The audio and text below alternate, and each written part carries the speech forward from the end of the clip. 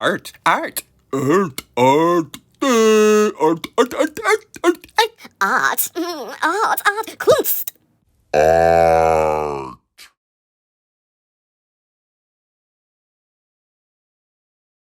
All science is really just art. And without art, there is no science. Science comes from the Latin scientia, which means knowledge. Up until the 19th century, scientists were known as natural philosophers, philosophia naturalis. The scientific method is really just the Socratic method, this idea that all knowledge comes from a question, because science really is philosophy. So, what knowledge were the very first painters? I believe that that was the very first artists.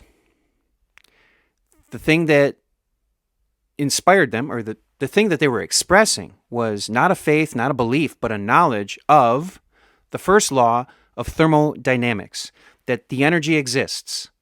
It can't be destroyed, it can't be created, it can only be transformed. And so life feeds on life.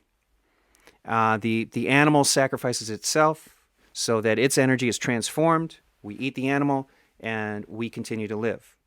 And in some ways, maybe even by eating the flesh of the animal, it is born again inside of us. This idea of a constant cycle of death and rebirth. The Ouroboros, the serpent that is eating its own tail and yet is not consumed. That all life is a cycle of constant transformation of energy via death and rebirth.